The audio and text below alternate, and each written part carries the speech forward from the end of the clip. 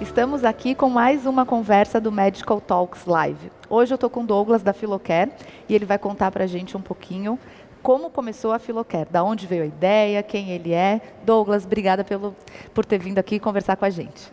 Obrigado, Malu. Então, como você me apresentou, eu sou o Douglas.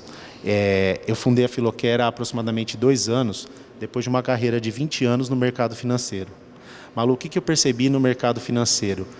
Lá, a gente usa dados para avaliar o que está acontecendo com os clientes. Então, você sabe se ele está devendo, se ele está pagando as contas dele corretamente, se ele tem uma receita.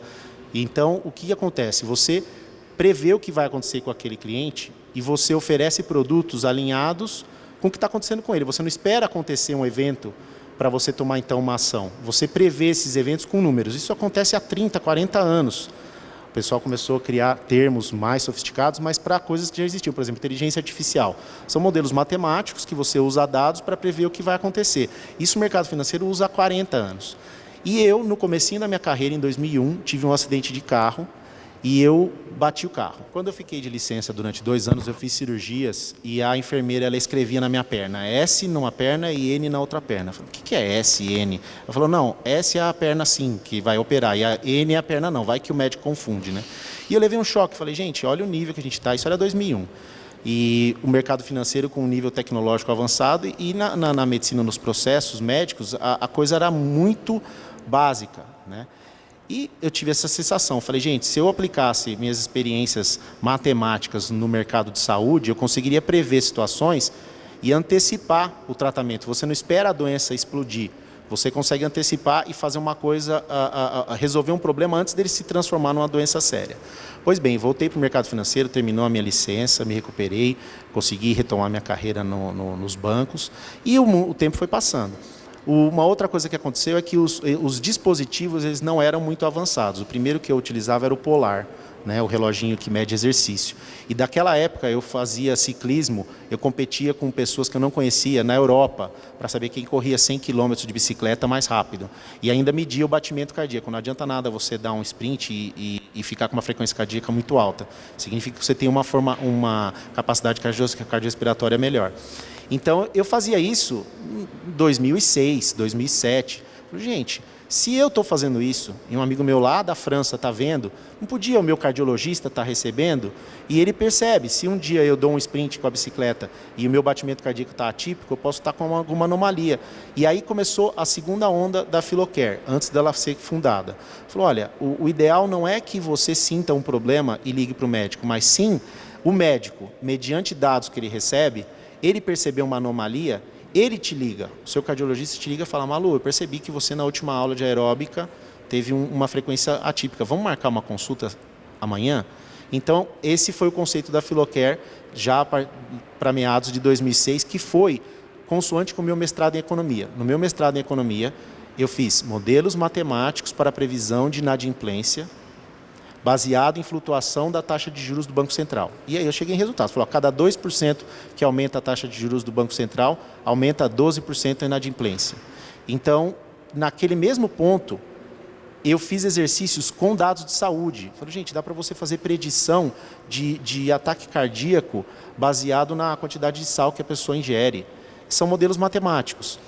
E aí foi se cristalizando a ideia da Philocare. Naquele momento, ainda voltei para o mercado financeiro em 2006.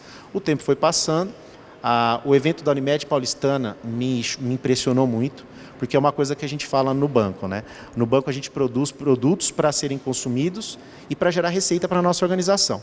O produto mais desejado de todas as empresas é aquele produto que você precisa, você tem que ter, você tem que comprar.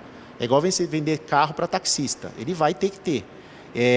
A saúde é um dos produtos mais necessários, não tem como você viver sem saúde.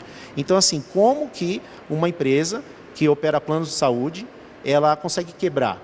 Porque o modelo matemático financeiro tá desalinhado, né? Você tem um excesso de sinistralidade, você tem um excesso de internações, a pessoa, quando ela fica doente, ela faz uma bateria de exames, muitas vezes aqueles exames ela nem precisaria fazer, né? Então, naquele momento, eu percebi que, falou, olha, está chegando a hora que, de algum momento, vai ter que aparecer um serviço como o que eu estava desenhando, das pessoas acompanharem a saúde da pessoa e fazer como se fosse um saúde as a service, health as a service. Você monitora a sua saúde e você toma ações antes de você ter um problema. Pois bem, naquele momento eu sentei, desenhei, então foi o momento da Unimed Paulistana, 2016, 2015 mais ou menos. Eu desenhei o blueprint da Philocare, que ela não tinha nome ainda. E eu trabalhava num banco inglês, que foi comprado por um banco brasileiro grande, e esse banco brasileiro grande, quando ele comprou o banco que eu trabalhava, ele tem uma estrutura de saúde muito grande. Eu fui lá e empacotei esse produto e fui lá entregar na área de saúde. Falou, vamos fazer esse negócio aqui, ao invés de, vender saúde ao invés de vender doença. Vamos monitorar a saúde das pessoas e aí quando a gente percebe desvios, a gente liga para elas e pede para ela vir no médico. O pessoal que tem um orçamento de alguns bilhões de reais por ano de TI, falou para mim, Douglas, o que você está falando é inviável, é muito complicado, a gente não vê viabilidade. E foi nesse momento que aí nasceu a Philocare, porque aí eu deixei essa empresa que eu trabalhava e falei, então tá bom, se você acha que é inviável, eu acho que é viável, eu vou fazer por minha conta. E aí a Philocare foi fundada em agosto de 2018. Tá? Qual foi o primeiro passo? Estudar o processo. Não adianta, isso é uma coisa que a gente aprendeu com o Steve Jobs, era o mestre nisso. Você não tem que ter amor por produto, você tem que ter amor pelo problema do cliente, né? E você desenha soluções, não desenha produtos. Eu estudei Design Thinking, né? Fiz o curso de Design Thinking com o MIT, comecei a amadurecer a ideia, sempre com esse problema na cabeça. Falou, olha, vamos tratar a saúde da pessoa antes dela virar doença. Este é o problema que eu queria resolver. E a partir daí a gente começou os nossos protótipos. E eu trouxe aqui até hoje a evolução da nossa tecnologia, né? A primeira coisa que a gente fez é o seguinte, para tentar ajudar a conectar esses reloginhos que estão aparecendo todo dia com a necessidade do nosso paciente, um senhor de 90 anos. Não adianta você dar um relógio, dar um aplicativo e mandar ele ficar operando. Não adianta. Então tem que ser o negócio mais autônomo possível. Aí nós fizemos a primeira versão, que é essa caixinha branca aqui. Essa aqui. Ela é capaz de acessar, ela acessa o relógio por Bluetooth, ela extrai os pacotes de dados a cada 30 segundos e manda para a internet automaticamente. Ela fica em casa, por exemplo, ligada no Wi-Fi. Ligada na tomada, né, e no Wi-Fi. E ela tem uma bateria, se você desligar a força, ela ainda fica 3, 4 horas funcionando. Então é automático, a pessoa não precisa fazer nada, ela só põe o relógio. Inclusive, meus pais são usuários dessa tecnologia já há mais de um ano e às vezes a minha mãe tira o relógio para fazer alguma coisa, para ir no supermercado, eu ligo e falo, mãe, pode pôr o reloginho, por favor? Porque eu fico sabendo, aparece lá no meu relatório que a pessoa está sem o relógio. E você monitora os passos da pessoa ao longo do dia, o sono, a irregularidade do sono. Então, o que acaba acontecendo? Você cria um monitor pessoal, é como se fosse um cuidador pessoal. Né? Mas essa primeira versão, e continuando o nosso exercício de Design Thinking, foi uma reclamação dos meus pais e das primeiras pessoas usuárias da tecnologia. A telinha é muito pequena, então a interatividade é muito baixa. A gente tem, isso aí tudo vai para a internet, a pessoa lá na internet ela entra e vê. Só que a minha mãe falou, Douglas, está muito pequeno. Nós temos a versão 2, é uma telinha um pouco maior, né? E já tem um design mais moderno. Já tem a folhinha do outro lado, mas o princípio é o mesmo. É um chipzinho lá interno que ele acessa o relógio e manda para a internet. Só que esta telinha, ela passa a ser como se fosse uma animação. Ela mostra dados, mas ela não tem muita interatividade. Ela é grande, dá para visualizar, mas ela não tem interatividade. Aí veio a fase 3, que é o que a gente tem aqui agora, né? É um tablet, né? Se vocês, eu fui na pizzaria sexta-feira e eu vi um processo desse que eu achei maravilhoso. Eu já tinha visto na internet, não tinha visto ao vivo. Ao invés de, por conta da contaminação do coronavírus, ao invés de menus em papel, a maioria dos restaurantes está migrando para um menu em tablet. Você vai lá, você escolhe, igual o totem do McDonald's, só que na sua mesa. Você escolhe, dá enviar, dali 30 segundos está chegando na sua mesa. O nosso princípio é o mesmo, é um tablet dedicado. Da mesma forma lá no restaurante. Se você quiser jogar joguinho no tablet, você não vai conseguir, porque ele está na aplicação do Ele está menu bloqueado. E está bloqueado. O nosso é a mesma coisa, é um tablet. Uma coisa importante desse tablet é o preço. Não adianta ser um tablet muito caro. Não. Então esse tablet é um lançamento e ele é abaixo de R$1.000. Ele faz a mesma coisa que aquelas caixinhas, só que ele tem uma capacidade muito maior, porque ele é interativo. Então, por exemplo, o princípio nosso é assim, simplicidade máxima. Aqui, um idoso de 90 anos, ele vê a hora, o display é grande, aqui tem a previsão do clima, e aqui ele consegue, isso é um outro princípio, né? Não adianta você medir os dados de saúde da pessoa sem dar para ela o poder de controlar a própria saúde. né? Isso é um erro muito comum com idosos. Fala, não, eu estou olhando por ele, manda informação para o médico, manda informação para os filhos, mas ele próprio não recebe a própria informação dele, né? Você está despessoalizando a saúde dele. No nosso caso, a gente está tentando empoderar ele por duas formas. Primeiro, a gente mostra aqui os dados de saúde da pessoa de uma forma bastante clara, poucos cliques. Então ele clica uma vez aqui, ele sabe o batimento cardíaco dele, os quantos passos ele deu, a oximetria sanguínea dele, a pressão arterial, isso tudo capturado de uma forma eletrônica, automática, né? E ele não precisa ficar operando. Se ele quer consultar, se ele não quer consultar nada, vai continuar sendo capturado. Então esse é um primeiro princípio, dar informação para ele. O segundo princípio, E ele também conseguir ver o histórico dele, né? Exatamente. Porque também se o médico te liga e fala, olha, teve um problema aqui no seu monitoramento, daí ele também pode fazer o comparativo, como que era antes de eu ter esse problema. Eu acho que isso deixa o paciente muito mais seguro da informação. Empoderado. Né? Aí uma coisa crucial que não tinha nesses modelos, isso é um conceito novo por conta do tablet, a gente criou uma mensageria, que é um controle de rotina. Isso eu peguei de um benchmark lá no Vale do Silício, um depoimento que ele tem no site, bastante emocionante, um senhor Alzheimer, no meio do Alzheimer ele fala assim, é o meu segundo cérebro. Por quê? Porque ele fala tudo, fala acorde, aí você vai lá e clica aqui, acordei. Aí fala, como foi sua noite de sono? 2 botões, bem, mal e descartar. Você dá bem, isso vira relatório, porque eu sei que ele levantou, eu sei que ele interagiu, eu sei que ele respondeu, né? Dá para você extrair várias informações daí. Aí você coloca, olha, hora de tomar café da manhã, hora de pentear o cabelo, hora de fazer a barba, hora de dar comida para o cachorrinho. Mas você cria as ações que você quer ser lembrado todo dia. Isso aqui é um negócio totalmente flexível. Dá para eu pegar, por exemplo, ele consegue um terapeuta novo, de qualquer coisa, um ortopedista, ele tem que fazer alongamento. Você carrega aqui, fala, ó, alongamento às 10h30 da manhã, às 1h30 da tarde e às 5h30 da tarde. Ele vira uma mensagem que ele tem que vir aqui, ele tem que interagir com a tela, responder.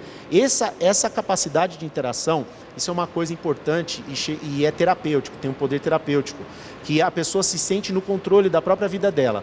Ela não é cuidada mais, ela se cuida através da tecnologia. Lógico. Então, assim, se fosse para ela lembrar, ela não ia lembrar. Mas como tem interação aqui, falou, ó, tome um remédio, ela vai tomar.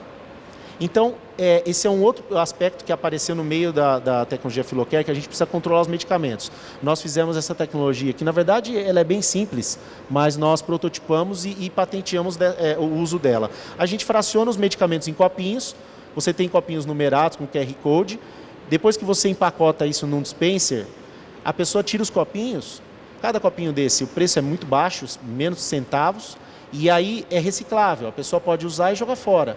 Diferente de outros equipamentos que a gente conhece, que são grandes, que são ligados na energia. Então esse é um processo totalmente reciclável, que interage com essa mensageria. Fala, agora toma o copinho número 12. A pessoa vai lá, tira o copo, você fica sabendo que ela tirou. E tem um outro detalhe, o nosso concorrente nesse sentido é o PillPack, americano, que foi comprado pela Amazon.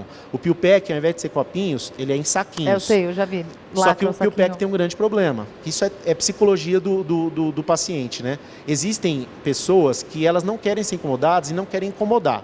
Ela sabe que aquele dispositivo, ele vai mandar um sinal, tomei o remédio. Ela tira o saquinho e ela joga o remédio fora.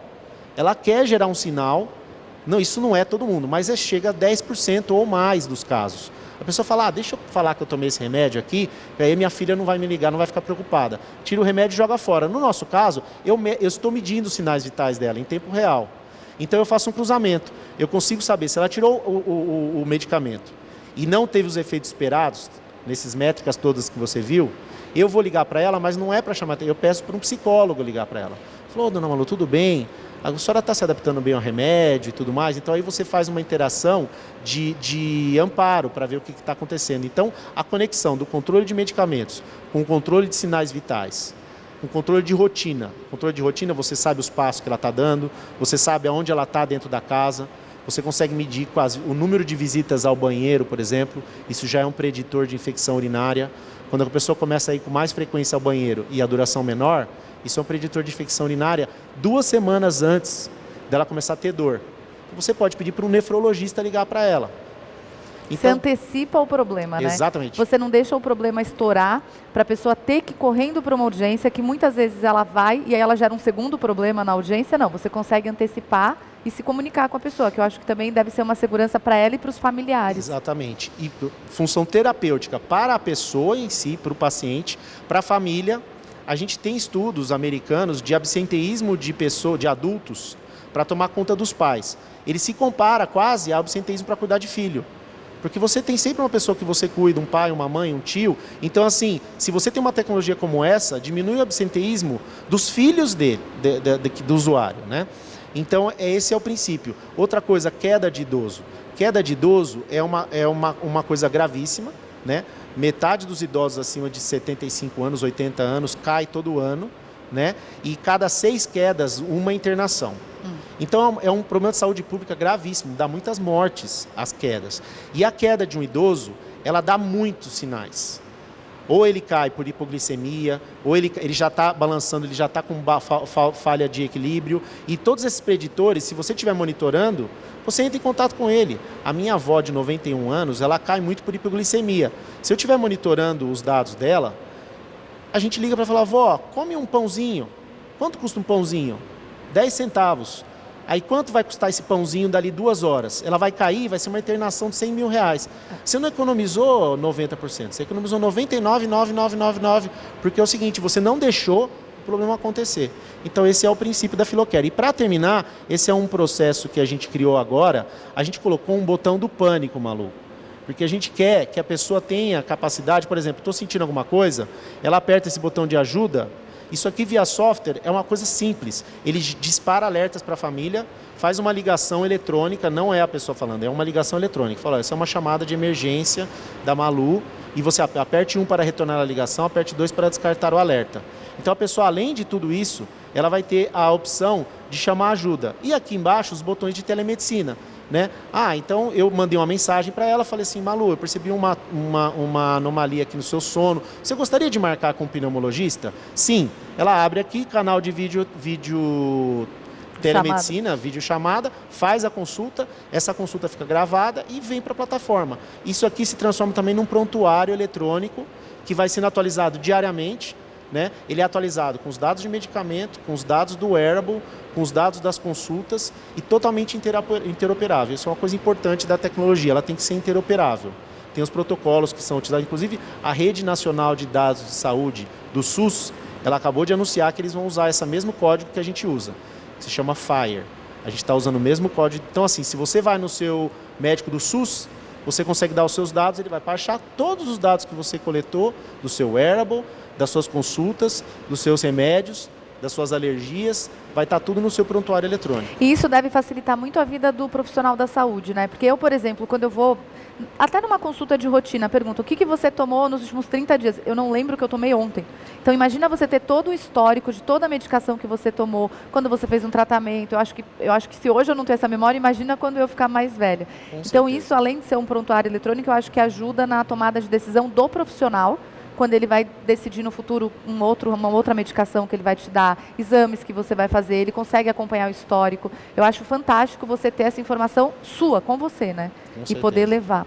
Com certeza, ajuda o paciente e ajuda o médico na tomada de decisão. Mais efetiva, ele tem mais dados e ele tem mais confiança ao dar o diagnóstico, o prognóstico e o tratamento que a pessoa tem que seguir. E mais, ele tem mais segurança que a pessoa vai seguir aquele tratamento, porque é possível você monitorar se ela está ingerindo os medicamentos corretamente. E ter essa interação com o paciente a todo tempo também, que acho que deve tranquilizar o paciente, né? O paciente sabe, olha, o meu médico está me seguindo, ele está vendo, ele mandou uma mensagem, teve uma alteração, ele viu. Porque muitas vezes a gente vive no dia a dia e não percebe essas alterações. Não percebe. Tem que ter alguma coisa para nos alertar, que normalmente é uma dor, quando você já tem uma situação emergencial. Aqui o objetivo é a gente evitar essa situação, antecipar o problema. Exatamente. Douglas, queria te agradecer, desejar muita sorte para a Filocare. Eu sei que ainda é uma empresa nova, mas que eu vejo um grande potencial, e deixar o recado para todo mundo entrar no site da Filocare, se informar, conhecer os produtos e conhecer a evolução da empresa, que é o mais importante. Muito obrigada. Obrigado, Malu.